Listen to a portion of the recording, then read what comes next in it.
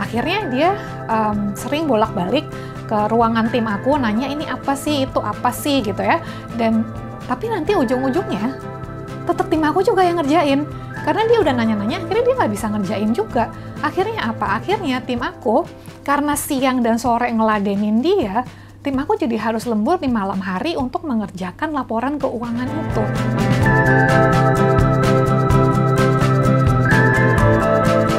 Halo, selamat datang di episode ke-7 Ask Riva Anything.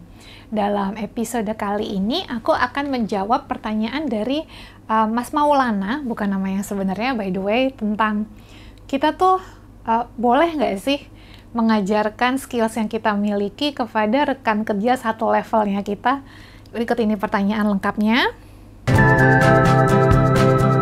Hai Kak Riva, aku mau tanya, apakah kita ini harus selalu berbagi skill dengan teman satu level di kantor untuk meningkatkan kinerja tim?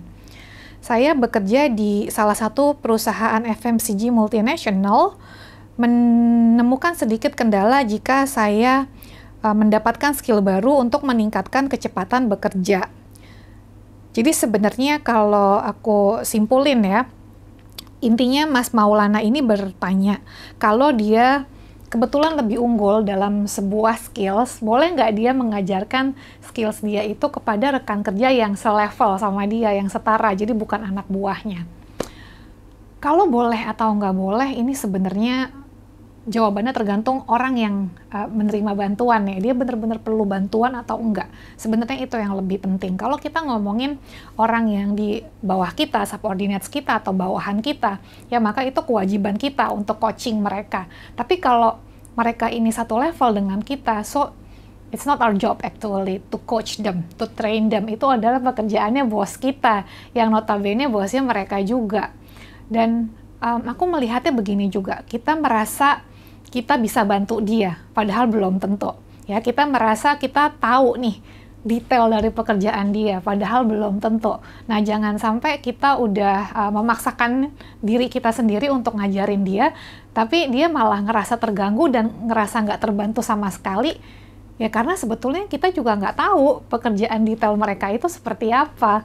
Di pertanyaannya ini, Mas Maulana juga menyebutkan seperti ini. Saya takut terkesan sok tahu dan menggurui teman kantor tersebut. Jadi teman kantornya itu kalau kerja lama, lelet gitu ya.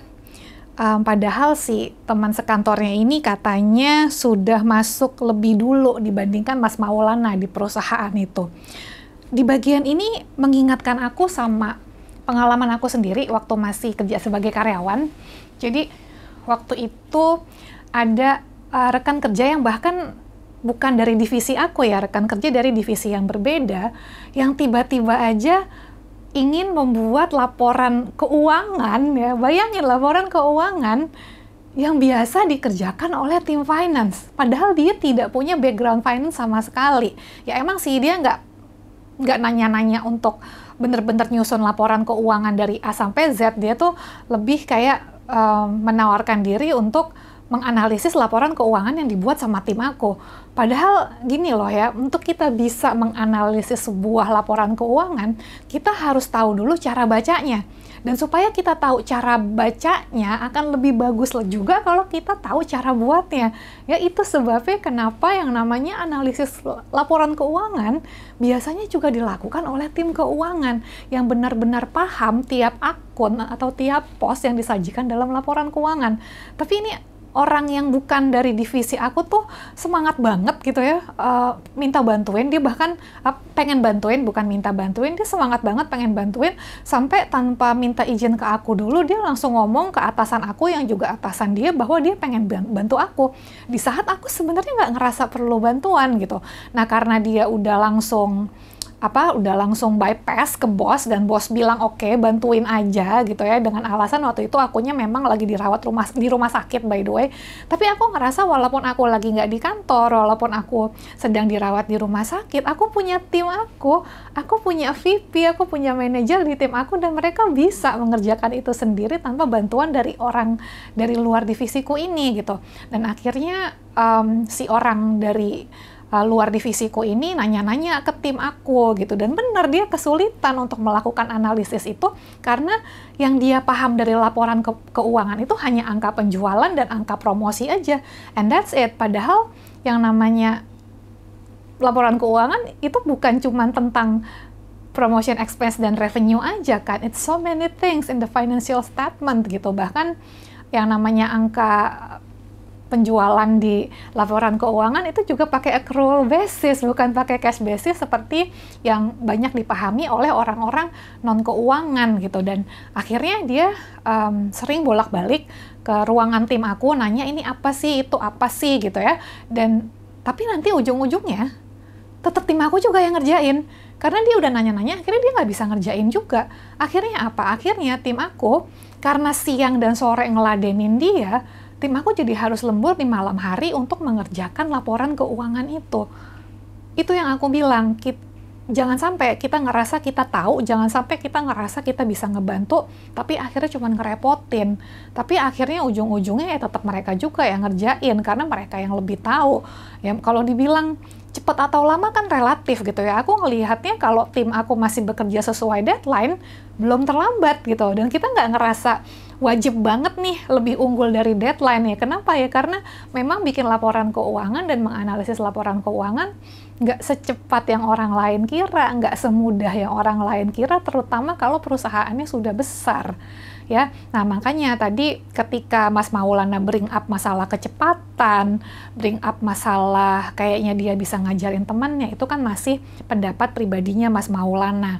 Ya, jadi kalau saran aku, kalaupun memang Mas Maulana ingin membantu, tawarkan saja. Ya, tawarin aja, santai-santai aja ngobrol, bro, butuh bantuan nggak gitu kan, ada yang bisa gue bantu nggak gitu. Kalau memang dia ngerasa butuh bantuan, kalau dia memang sedang ngerasa overwhelmed, burnout atau apapun, ya dia akan bilang iya, dia oke bro, apa yang bisa lo bantu gitu kan contohnya. Tapi kalau dia ngerasa he's fine on his own, ya udah gitu, biarin aja.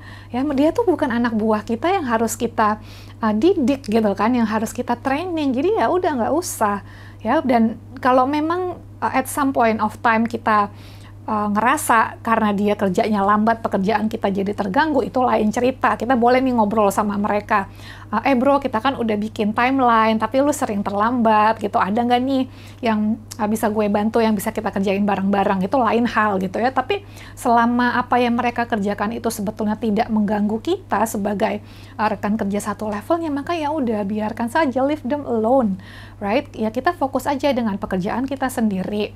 Ya kita cari apa lagi sih yang, kalau kita memang kayak kelebihan waktu luang gitu ya di kantor, ya kita carilah apa lagi sih yang bisa kita lakukan untuk perusahaan tanpa harus mengotak-atik pekerjaan dari rekan kerja kita, yang ngomong aja ke atasan, bos ada nggak kerjaan yang bisa saya bantu gitu kan, itu gitu. Jadi jangan malah akhirnya merusak hubungan baik kita dengan rekan kerja. Ya, semoga jawaban saya ini bisa membantu bukan cuma Mas Maulana, tapi juga para pekerja lain yang pernah mempertanyakan hal yang sama. Oh ya, kalau kamu masih punya banyak pertanyaan nih mengenai dunia kerja, bisa baca buku aku yang judulnya The Little Handbook for Big Career. Bukunya bisa kamu dapatkan di Tokopedia, Shopee, dan Google Playbook. Finally, thank you for watching. Jangan lupa like dan jangan lupa subscribe. Bye-bye.